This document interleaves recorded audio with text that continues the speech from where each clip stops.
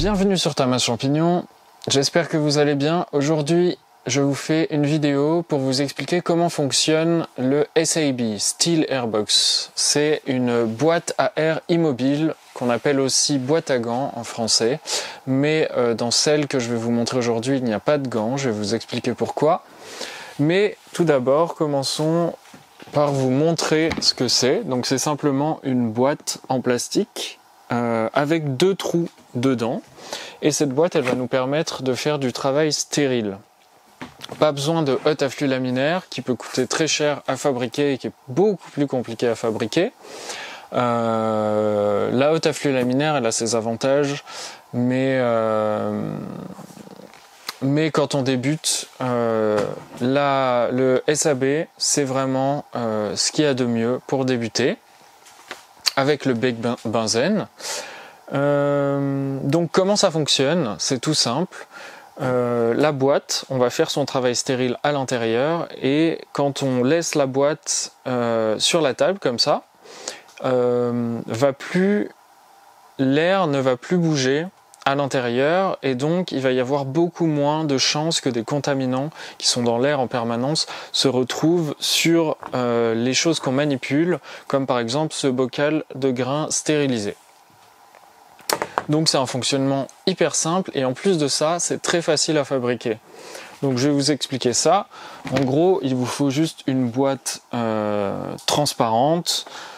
Cette boîte, elle fait quoi? Elle fait 76 de long, 35 de haut et 39 de large. Donc voilà, moi en fait j'ai juste pris la plus grosse que je pouvais trouver parce que je trouve que plus on a d'espace pour travailler dedans, mieux c'est. Donc vous prenez une boîte, le mieux c'est qu'elle soit le plus facile à nettoyer possible, donc que les parois elles soient sans trop de rebord. Vous voyez là il y en a, j'ai pas trouvé mieux, mais si vous pouvez trouver des boîtes avec des rebords complètement plats, c'est beaucoup mieux. Ensuite, il peut y avoir un couvercle ou pas. Là, j'ai le couvercle aussi. Moi, je l'utilise sans couvercle parce que cette boîte, en fait, on va soit l'utiliser avec le couvercle, donc en la posant sur la table comme ceci, en mettant à l'intérieur les choses qu'on va manipuler et en refermant la boîte par-dessus, ou alors on peut déjà faire l'inverse. On peut mettre le couvercle sur la table comme ça et ensuite mettre la boîte par-dessus et on commence à travailler comme ça. Ou la dernière solution, c'est comme je fais, c'est travailler sans couvercle. Parce que le couvercle là, comme vous voyez, il y a des petites vagues et moi j'aime pas trop, j'aime bien que ce soit tout plat. Donc pour ça, je prends ma table et je pose la boîte directement dessus. Si vous voulez faire ça, il faut que la table elle soit en plastique comme là ou en métal ou quelque chose de très lisse, mais pas du bois parce que le bois ça absorbe pas mal tout ce qu'il y a dans l'air. Donc pour fabriquer la boîte, dès que vous l'avez, ah oui, une des caractéristiques importantes c'est que elle doit être complètement transparente parce que bien sûr on veut voir ce qui se passe à l'intérieur pour pouvoir manipuler tranquillement. Donc quand vous allez avoir votre boîte et que vous avez choisi le sens dans lequel vous allez l'utiliser, il va falloir créer les deux trous qu'il y a ici. Donc moi je l'utilise dans ce sens-là. Donc les trous, il faut qu'ils soient plutôt vers le bas, parce que tout ce qu'on va utiliser va être posé en bas, et plutôt centré, mais il faut qu'avec les deux bras, vous puissiez aller partout dans la boîte. Donc, vous pouvez voir ici à peu près comment je les ai mis. Ensuite, pour faire les trous, il y a plusieurs solutions. Soit vous prenez une scie cloche de la bonne taille, mais la scie cloche ça coûte assez cher pour elle va vous coûter en fait plus cher que la boîte elle-même. Donc je trouve pas que ce soit une super bonne solution. Sinon vous pouvez prendre un couteau que vous chauffez avec une flamme et vous pourrez couper facilement dans du plastique avec un couteau très chaud. Moi ce que j'ai fait, ce qui est encore mieux, c'est prendre une boîte en métal. Il faut trouver une boîte en métal qui fait la bonne taille et ensuite vous la chauffez sur une plaque de cuisson et vous la posez là et ça vous fait un cercle parfait. Et en plus de ça, la chaleur elle fond les rebords et du coup ça fait des rebords beaucoup plus lisses qu'avec une scie cloche. Pour le diamètre des trous, il faut que vos mains passent dedans facilement, mais qu'ils soient les plus petits possibles. Il ne faut pas que votre peau, elle gratte les bords souvent quand vous enlevez et remettez vos mains pendant l'utilisation, parce que sur votre peau, il y a beaucoup de micro-organismes. C'est là la plus grosse source de contaminants quand on travaille avec des choses stériles. Et donc, la bonne taille, c'est selon la taille de vos bras. Et il faut que ce soit ni trop grand ni trop petit. Donc une fois que vous avez fait vos trous, votre boîte est finie en fait et vous allez pouvoir commencer à l'utiliser. Je vais vous faire une petite démonstration. Je vais pas vraiment commencer à faire du travail stérile, c'est simplement pour vous montrer ce que je fais quand j'utilise la boîte. Donc je prends mon spray d'alcool, j'asperge toute ma table. Moi j'utilise la table, mais si vous n'utilisez pas la table, vous aspergez le couvercle. Ensuite j'asperge tout l'intérieur de ma boîte. Et là il y a deux façons de faire, c'est soit on prend du sopalin et on essuie tout l'alcool, soit on le laisse sécher naturellement. Moi je préfère le laisser sécher tout seul parce que quand il sèche, en fait ça laisse le temps à l'alcool d'agir et de détruire les micro-organismes, et puis aussi ça me fait une tâche en moins. Je trouve ça plus sympa.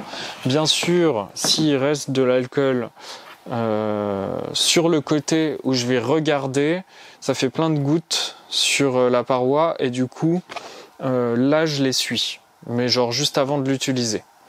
Donc une fois que j'ai mis de l'alcool partout, je pose ma boîte sur la table. Enfin non, d'abord je pose les trucs que je vais utiliser pendant la manipulation.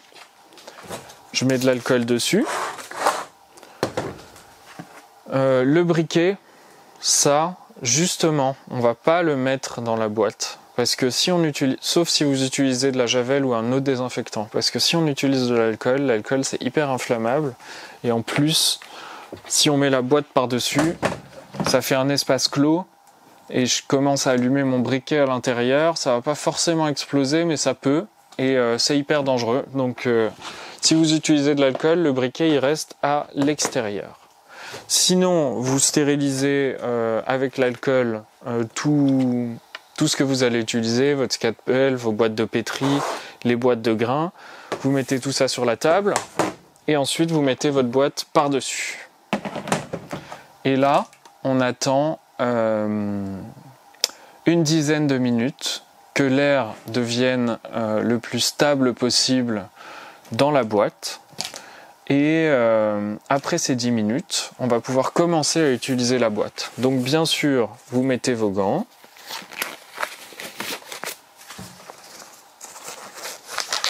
Et ensuite, bon, j'ai laissé le spray d'alcool dedans. Là, c'est juste pour la démonstration. On désinfecte bien nos gants. Vous allez jusqu'au poignet. Et ensuite, on insère nos mains dans les trous et on va pouvoir commencer à faire nos manipulations à l'intérieur. Le mieux, c'est d'essayer de faire les mouvements les plus lents possibles à l'intérieur et pas faire de mouvements brusques pour pas faire des mouvements d'air qui pourraient transporter des contaminants. Vous pouvez bien sûr ressortir vos mains pendant la manipulation, par exemple pour stériliser votre scalpel avec le feu à l'extérieur et ensuite rentrer votre scalpel à l'intérieur.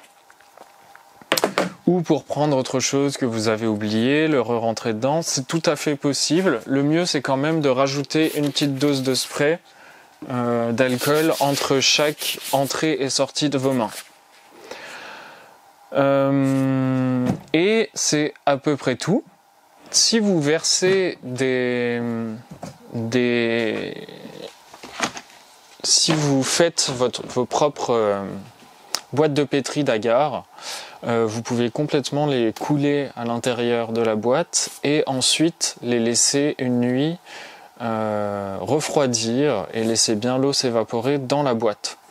Alors là, ce que je vous conseille de faire si vous faites ça, c'est pour la nuit de recouvrir les trous de la boîte à air stérile, de la boîte à air immobile, avec du papier ou autre chose.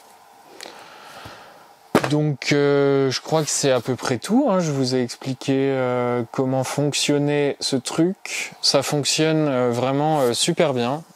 Si vous respectez un peu les étapes que je viens de vous donner et puis qu'à chaque fois vous remettiez de l'alcool, que vous nettoyez bien la boîte et puis que vous attendez bien 10 minutes, des mouvements lents à l'intérieur, ça fonctionne très bien. C'est vraiment une technique peu chère et très efficace pour faire du travail stérile en myciculture. Le seul inconvénient, du coup, c'est l'espace réduit.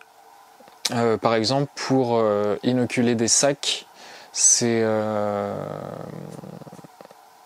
peu compliqué parce que la boîte est assez petite pour la taille des sacs, donc c'est vite petit et pour ça on préférera le faire avec une hotte à flux laminaire. Mais pour commencer, c'est très pratique. La boîte à air immobile, la boîte à gants, qui s'appelle boîte à gants justement parce que souvent on voit ce genre de boîte avec des gants. Alors pourquoi moi je ne mets pas de gants dessus? J'en ai mis au début, j'ai testé un peu les deux manières de faire et c'est tout simple, c'est simplement qu'avec des gants c'est beaucoup plus compliqué de manipuler les choses à l'intérieur et que ces boîtes qu'on voit sur internet avec des gants, ce sont souvent des boîtes qui sont utilisées avec un aspirateur d'air qui fait que ça crée un vide dans la boîte. Et donc pour ce genre de boîte, c'est tout à fait utile d'avoir des gants. Mais pour notre utilisation là, c'est pas du tout obligatoire. Et moi, j'ai remarqué que ça fonctionnait très bien sans gants. Donc en fait, je continue comme ça. Parce qu'en fait, rentrer les mains tout doucement, ça fait pas vraiment beaucoup de mouvements d'air et ça fonctionne comme ça. Donc la boîte à air immobile, c'est pas la seule technique pour faire du petit travail de mycologie. Il y a aussi le bec benzène. Le bec benzène, c'est complètement un autre système, mais c'est très bien aussi. Par contre, vous allez avoir un espace qui sera lui encore plus réduit que dans la boîte.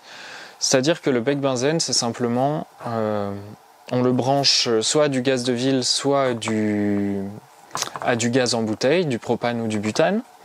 On règle la puissance et en fait ça fait une flamme ici qui est normalement bleue si elle est assez chaude.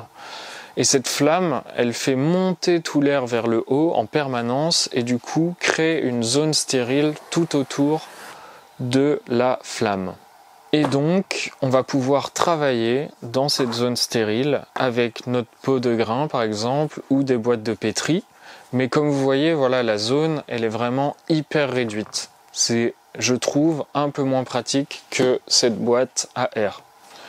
Mais c'est une solution, ça dépend ce que vous préférez, de vos conditions particulières.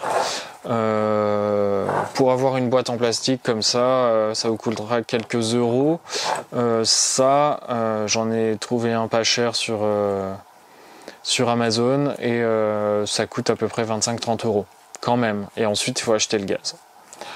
Quand je commencerai à l'utiliser, je vous ferai peut-être une vidéo. Mais en attendant, vous pouvez utiliser une boîte à air immobile et ça fonctionne très bien. Je crois que j'ai tout dit sur les techniques de travail stérile. J'essaierai de vous faire quelques vidéos de moi en train de manipuler des choses dans la boîte ou avec le bec benzène. Ce sera peut-être pas sur YouTube. Vous pouvez vous abonner à mon Instagram où je publie plus des vidéos au quotidien. Donc voilà, j'espère que cette vidéo vous aura plu. Si vous avez aimé, dites-le moi en commentaire. Dites-moi qu'est-ce que vous aimeriez voir comme autre vidéo sur cette chaîne. Et puis je vous dis à bientôt.